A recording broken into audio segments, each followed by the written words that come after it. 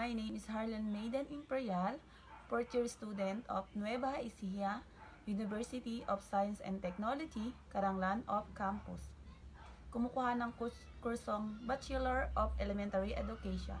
This video is for educational purposes. The topic is, here are thoughts offered by some of the greatest scientists in history. Subjects: Science, Technology, and Society. Science begets knowledge. Opinion begets ignorance by Hippocrates. Isa siyang physician. Sabi dito, ang science ay nakakapagbigay ng true knowledge dahil based on facts. Sabi nga, ang science ay scientific basis dahil dito binibigyan ng masusing pag-aaral na binibigyan ng malawakang oras para makuha mo yung mga evidence at kailangan mo ng masusing pag-iingat din dahil ang science ay always bring a truth, but opinions begets ignorance dahil iba-iba ang tao, iba-iba ang kanyang opinion, iba-iba ang paniniwala nila. Sabi nga nila, hanggat hindi nila napapatunayan, hindi sila maniniwala. Kaya, opinion without proof, it leads to ignorance. And because it may spread wrong ideas. Example, ang vaccine ay nagpoprotekta laban sa sakit, sabi sa science. But the opinions, ang vaccine ay hindi umaapekto dahil nagkakaroon pa rin ng sakit. Yun ang opinion nila. Kasi hindi nila pinag-aralan or hindi nagkaroon ng evidence na yung totoo bang lahat ng vaccine ay panlaban sa sakit. Yun ang opinion nila. Kaya opinion or belief nila yon, kaya hindi sila maniniwala. Second is, science is not heartless pursuit of objective information. It is creative human activity by Stephen Jay Gould. Isa siyang paleontologist. Stephen say that science is not just about facts and data. Ito rin ay kailangan ng masusing pag-aaral. Kailangan din ito ng tao na maging creative at magkaroon ng malawakang imahinasyon, at ito rin ay nagiging passion nila. Ang mga scientists ay hindi lang nangongolekta ng mga impormasyon. Ginagamit din nila yung kanilang ideas and creativity para maunawaan kung ano man ang mga nangyayari sa mundo at at ganun din sa mga tao. Dito,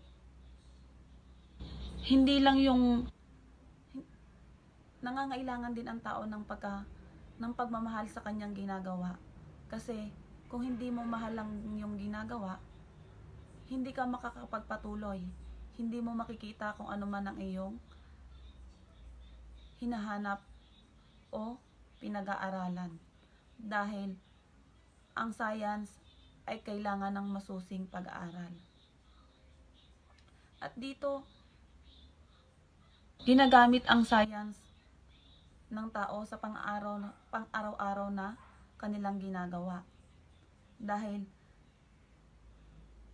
dito nakakakuha ng mga impormasyon para sa mga nangyayari sa mga tao at para maunawaan din sa mundo. Third is, some people think that science is just all this technology around. But no, it's something much deeper than that. scientific thinking, scientific method is for me the only philosophical construct that the human has raised, developed, determine what is reliably true.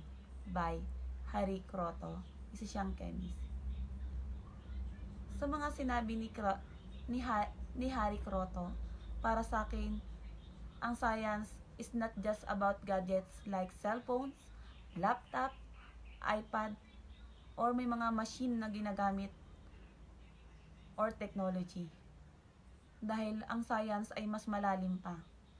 Ito ay ang way of thinking. Dahil ang science nga ay may scientific basis. Like scientific method na kailangan. Sa scientific method meron tayong observation, questioning, testing, and proving. Dahil ang science is the best tools of humans to have created to find out what is really true. Kailangan mo ng step by step procedure para makuha mo ang ebidensya. Dahil nga ang science is not just a technology. It is the way of humans has discovered the truth.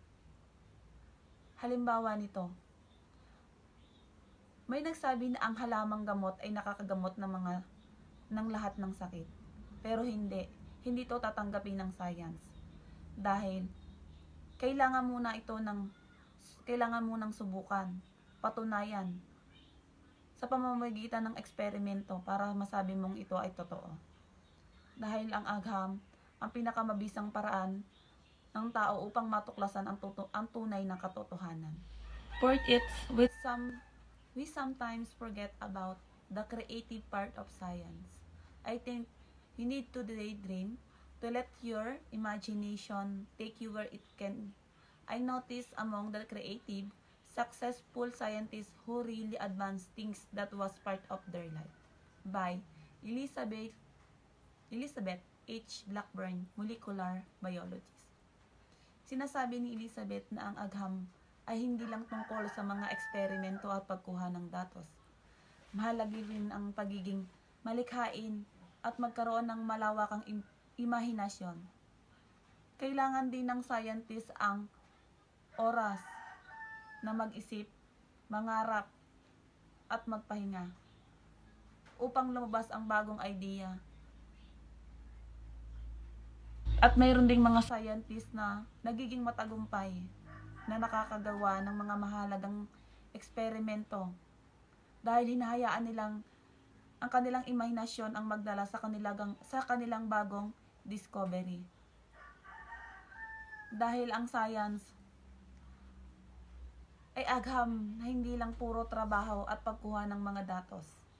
Kailangan din dito ng pagkakamalikhain at imahinasyon para magkakakuha ka ng mahalagang mga eksperimento.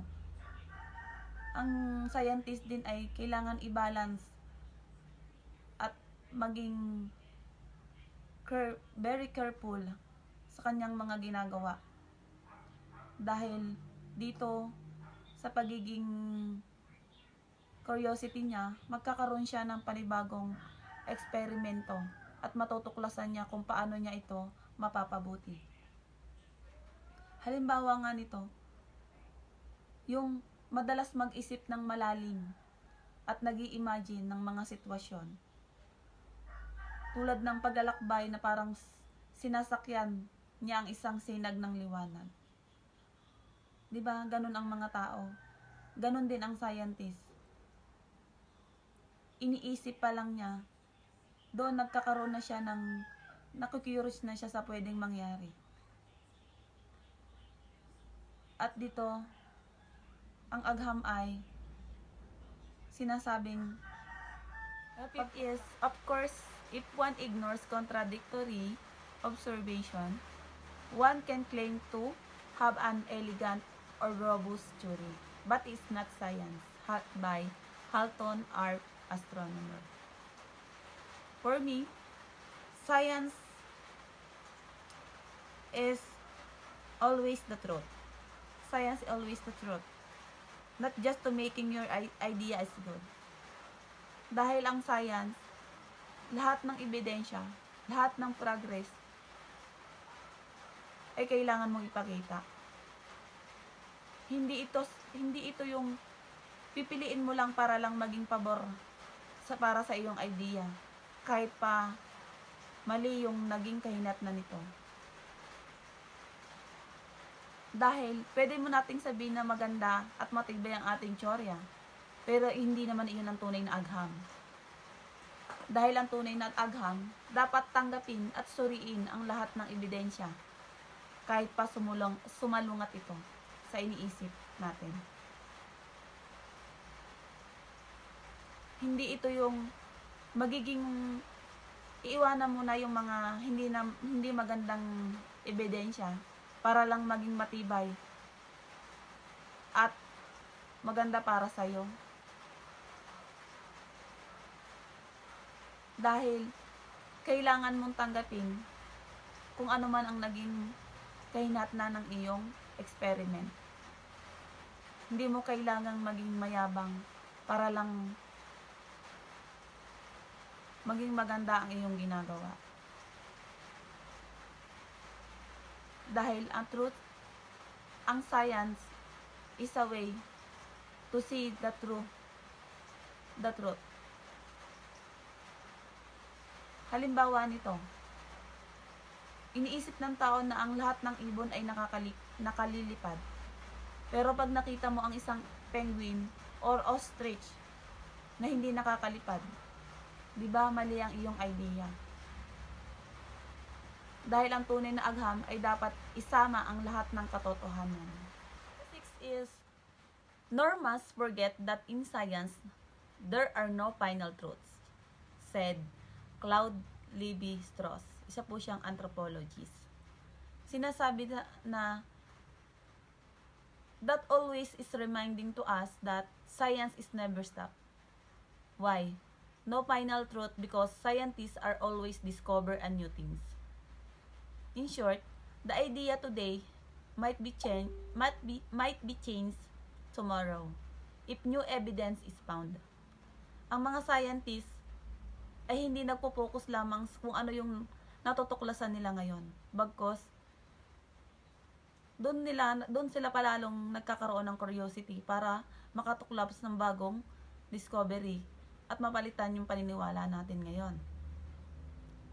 Halimbawa, long ago, people thought if you are sick were caused by the evil spirit.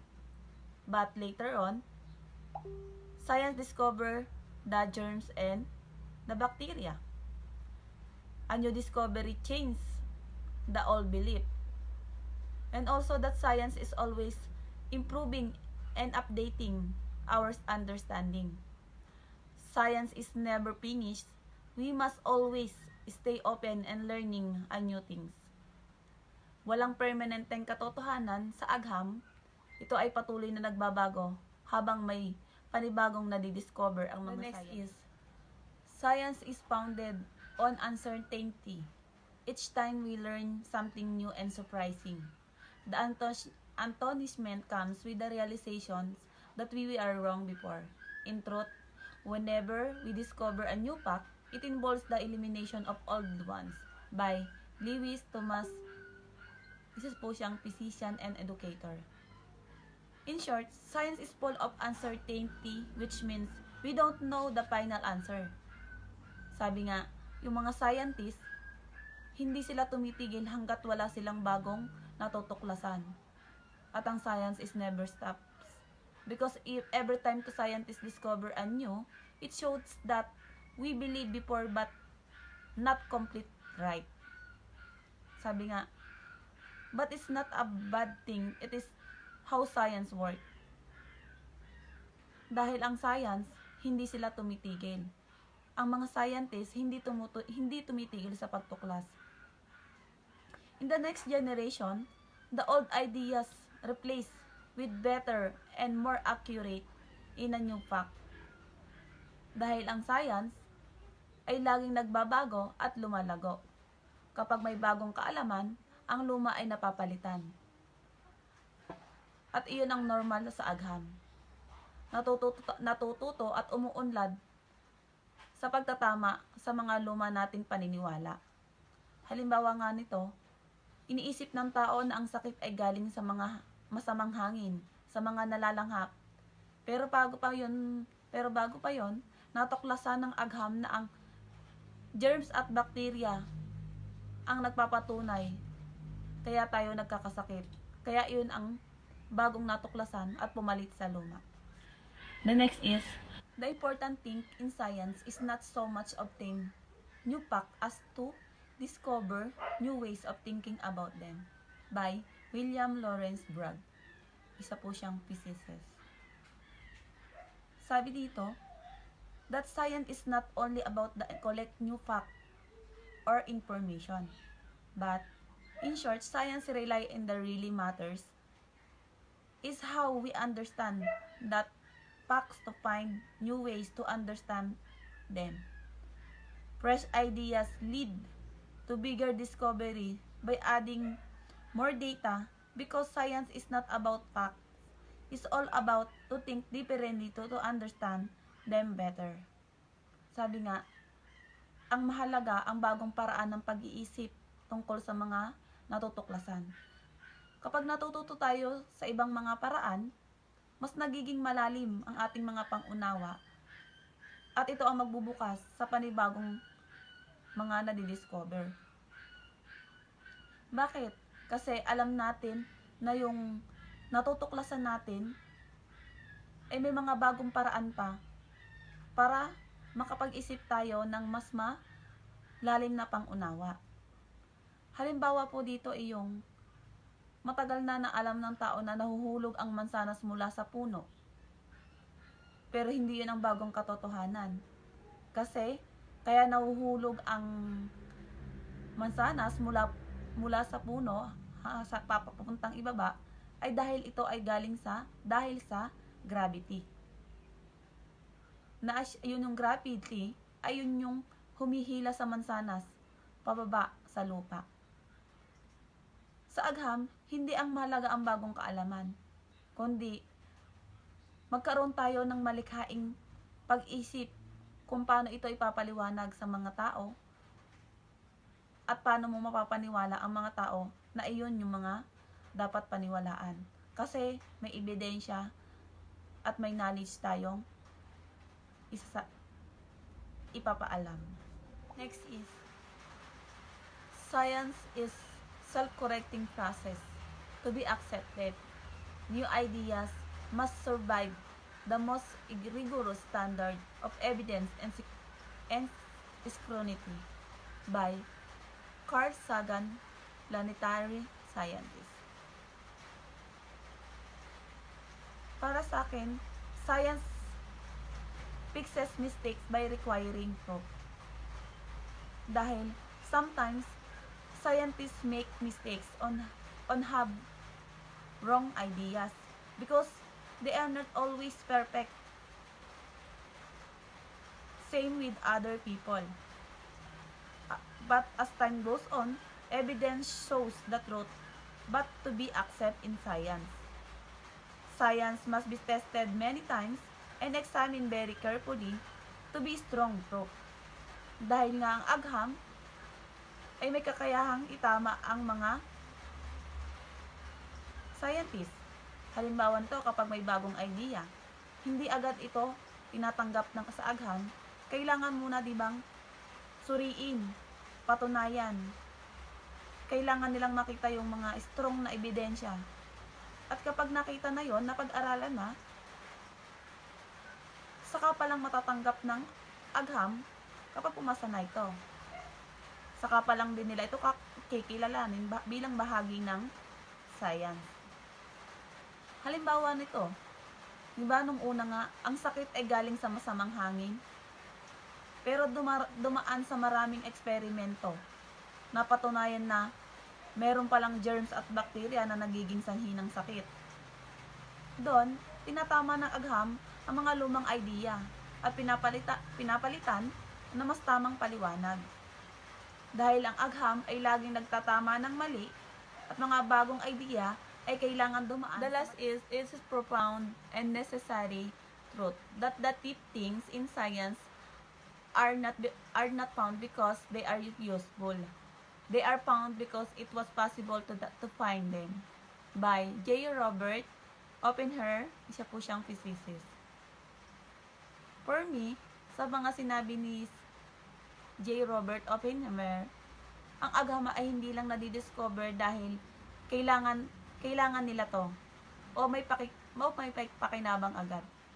Natutuklasan sila dahil posible silang mahanap at may mga taong nagsusumikap na hanapin at unawain ito. Ito ay yung mga scientist. Dahil nga ang scientist, hindi sila tumitigil hanggat wala silang nadidiscover na bago para mapalitan ang mga luma nilang nadiscover. Di ba nga, minsan ang mahalagang tuklas ay hindi agad kapakipakinabang sa simula.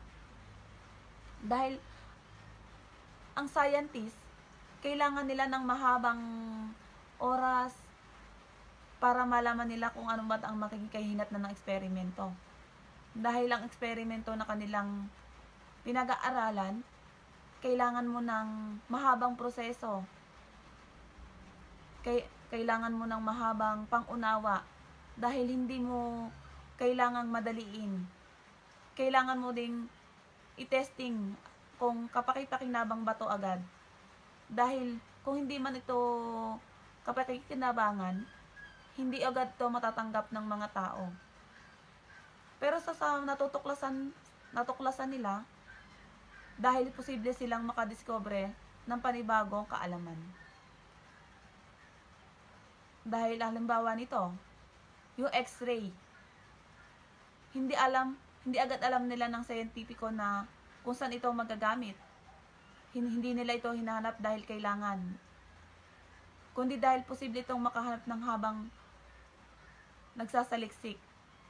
Paglipas ng mga panahon, nagamit ang X-ray sa napakahalagang parte sa medisina upang makita kung ano man ang sa loob ng katawan ng tao.